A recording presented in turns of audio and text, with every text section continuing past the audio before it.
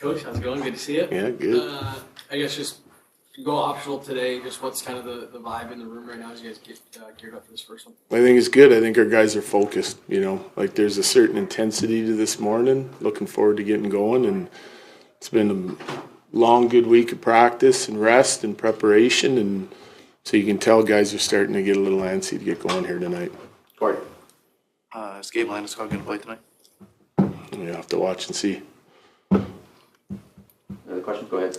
I asked Pete DeBoer if a player like Landeskog returning can provide an emotional spark that's tangible.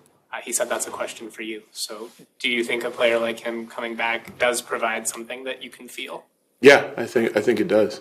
Especially with Landy, guys know what he's been through. They know exactly, the road that he's been on for the last couple of years, and it's been a long one. It's been a hard one. I think the guys are rooting for him, and I think that getting your leader back in the locker room certainly makes a difference in a bunch of different ways. Anyone else? Go ahead, Eric. Mackenzie Black. You have to watch and see. I'm not going to give you guys any lineup stuff the whole series, so no purpose for me. Not necessarily lineup stuff, but I know right before we left, Josh and Ryan were maybe still getting over those last couple humps. Do you have everyone available to you? Yes. The depth down the middle, how do you hope that shows up tonight in this matchup? I think it's important because they have it, right? Like they have a very deep forward group, and they check hard and they play hard, and they're all dangerous offensive guys. And I think that experience with the guys like adding Nelson, Coyle, Drury, they're all very responsible defensive players, so they can help take care of their low play in our zone. They're also very dangerous offensive guys at times too. So I think those are the anchors of our lines, including Nate, and I think it's made a big difference for our team from the deadline on, and I'm hoping it can continue to do that against Dallas, which is a deep team. Megan. You've mentioned that the things that reward Marty Ness in the postseason are the things that reward him in the regular season. What more specifically are those things?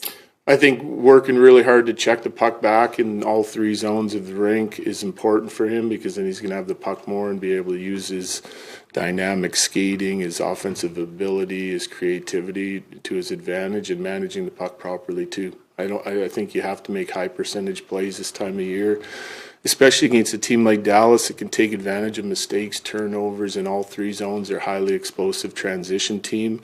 So you can't turn the puck over in certain areas of the ice, and if you manage that correctly, he's going to be playing on the offense more than not. Last two, Corey. Is there anything in particular from last year's series against these guys that your team needs to do better? Yeah, we need to get to the interior of the ice more in the defense, in their defensive zone, and cause some havoc in front of Ottinger. Last one, go ahead. And how different really is, obviously a lot of different guys on both sides really. Is there much that carries over from last year to this series, or is it just completely new for you? In terms of, I think listen, we know them really well. They know us really well. I don't think there's a whole bunch of secrets. In my opinion, you got to go and perform and play your best hockey for the 2-week stretch to beat them. I thought we had a pretty good series against them last year. Analytically, the numbers were really close, but they beat us. We're going to have to be better in a bunch of different areas in order to beat them this year.